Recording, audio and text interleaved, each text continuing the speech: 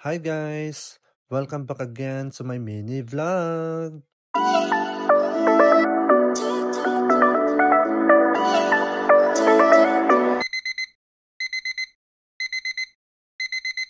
For today's video, ayan, bago gising lang tayo niyan dahil super late tayong natulog and super late din tayong gumising.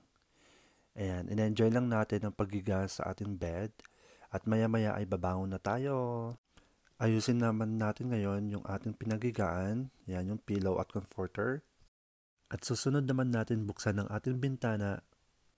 And this is my view from my window. Diba ang ganda sa likod? And this is my morning routine. I'm doing my toothbrush, shaving, and then ito naman yung aking facial. Yan, ginagamit ko dyan yung Cetaphil Facial Cleanser. And then I'm doing my shaving. And tapos na tayo mag-shave dyan.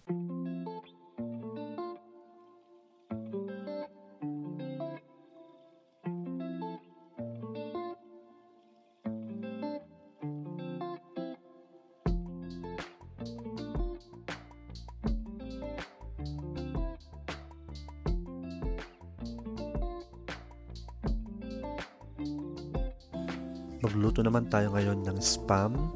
Ayan, at kumuha lang ako ng 3 slice kasi kasya na sa atin yan for our brunch. Isunod naman natin dyan ay ang ating fried rice. Masarap yan nakasama ng ating spam kanina. At dyan, ilagay natin yung kanin. And then, lutuin lang natin yan for at least 5 minutes. Pwede na yan. Lagyan natin ng paminta at ng garlic powder.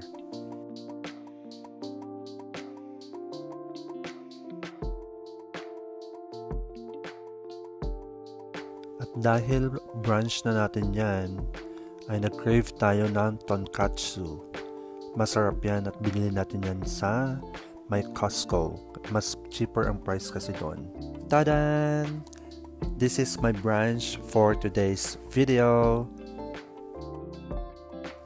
For more updates in my mini vlog, please don't forget to subscribe, like, and share all my videos.